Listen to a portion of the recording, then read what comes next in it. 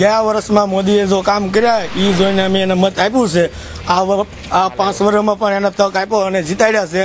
અમને એમ લાગે નાના માણસોના કામ કરે છે, આ વખતે પણ સારું કામ કરે એવું અમારી ઈચ્છા છે। ગુજરાતનું નામ દુનિયાના નકશા ઉપર લાવીને રાખી દેવું અમારી ઈચ્છા છે। અમે ગુજરાતની અંદર તમામ અમારા મિત્રો છે એને ભાજપની અંદર વોટ આપ્યો છે અને નરેન્દ્ર મોદી ઉપર વિશ્વાસ મૂકીને વોટ આપ્યો છે કે આટલા વર્ષોના અમે મુખ્યમંત્રીઓ જોયા છે એની અંદર અમને નરેન્દ્ર મોદી ઉપર વધારે વિશ્વાસ બેઠો છે। અત્યાર સુધીના ગુજરાતના રાજકીય ઇતિહાસને તપાસીએ તો પ્રથમ વખત જ એવું બન્યું છે કે કોઈ યુવાનોએ કોઈ પોલિટિકલ પર્સનને પોતાના રોલ મોડેલ તરીકે સ્વીકાર્યા હોય અને એમના વિશ્વાસ મૂક્યો હોય અને પરિવર્તન નહીં પણ પુનરાવર્તનમાં જ આસ્થા રાખી ને અમારા જેવા યુવાનોએ ગુજરાતના યુવા મુખ્યમંત્રી શ્રી નરેન્દ્ર મોદીને ફરીથી શાસનની ધુરા આપી હોય અને 2012 સુધી આ જ વિકાસની વણથંભી યાત્રા ચાલુ રહે અને નરેન્દ્રભાઈ મોદી આ જ રીતે ગુજરાતનો વિકાસ કરતા રહે એવી અમારી યુવાનોની અપેક્ષા છે। જે રીતે ગરીબોના કામ, નાના શ્રીમાન ખેડૂતોના કામ, ઉદ્યોગપતિઓના કામ બધાને સરખી નજરે જોઈ અને બધાને ન્યાય આપ્યો છે